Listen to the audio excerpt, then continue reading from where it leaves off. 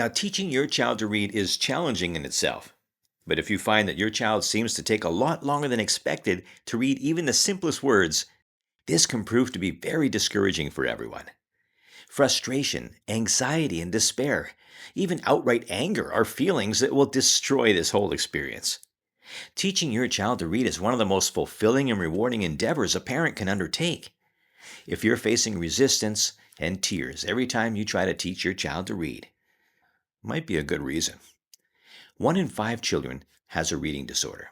Now, before second-guessing your teaching skills or the materials you're working with, be a little kinder to yourself, and let's find out whether or not your child is frustrated and discouraged for a legitimate reason.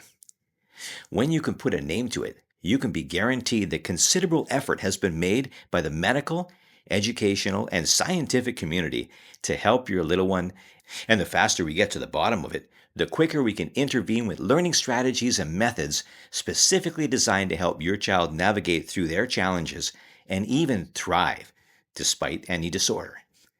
Now, you need to start somewhere, and the peace of mind alone is worth the effort. So let's explore the top 5 signs your child might have a reading disorder. And I'll also include simple ways we can test for this at home. Now, the first is trouble recognizing letters or sounds. Now, some children take longer to connect the letters with the sounds they make. For example, they might know the letter H, but they forget that it makes that H sound like in hat. So how do we test for this at home?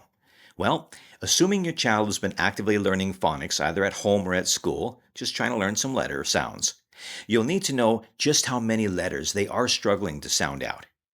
So let's pick 5 at a time at random. Let's say A, R, M, and S. Now you can write them on sticky notes or use alphabet fridge magnets like these ones, or letter flashcards, whatever you're comfortable with. Now show them one letter at a time and ask, what sound does this letter make?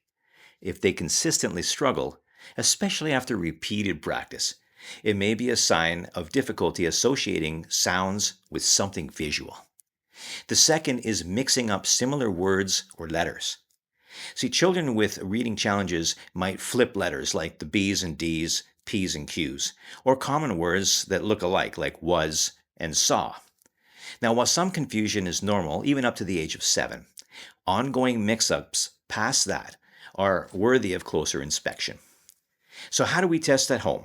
Well, let's write down a list of simple look-alike words, especially words that can be read backwards and forwards, like was, saw, and tap, pat, and big and dig.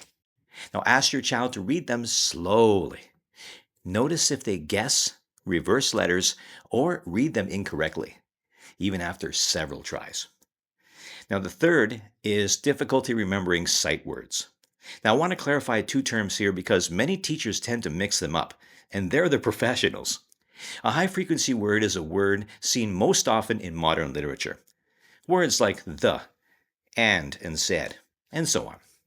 A sight word is any word committed to memory that is instantly recalled when reading.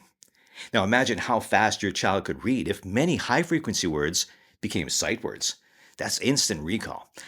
But the challenge lies with having to remember some of these words at face value because they're not always easily sounded out with phonics.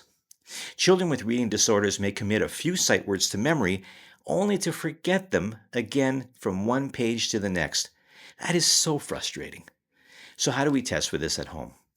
Well, let's write 3 common sight words, the, said, and can we keep adding to the list? And then show them one by one. After practicing for a few minutes, set the words aside and ask again in 10 minutes. If your child forgets them quickly, well, that's another red flag.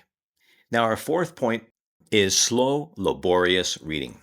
Reading shouldn't feel like climbing a mountain. If your child is reading word by word with lots of pauses or tires easily after a short time, they may be struggling in ways that only compound frustration, seeing all the effort they are putting in. So, how do we test at home? Well, we pick a short, simple sentence from a familiar book, maybe one they've read together a few times. You ask your child to read it aloud. Now, observe facial expressions, body language, a furrowed brow, repeated shifting in your chair. The younger the child, the more they express emotion with their whole bodies.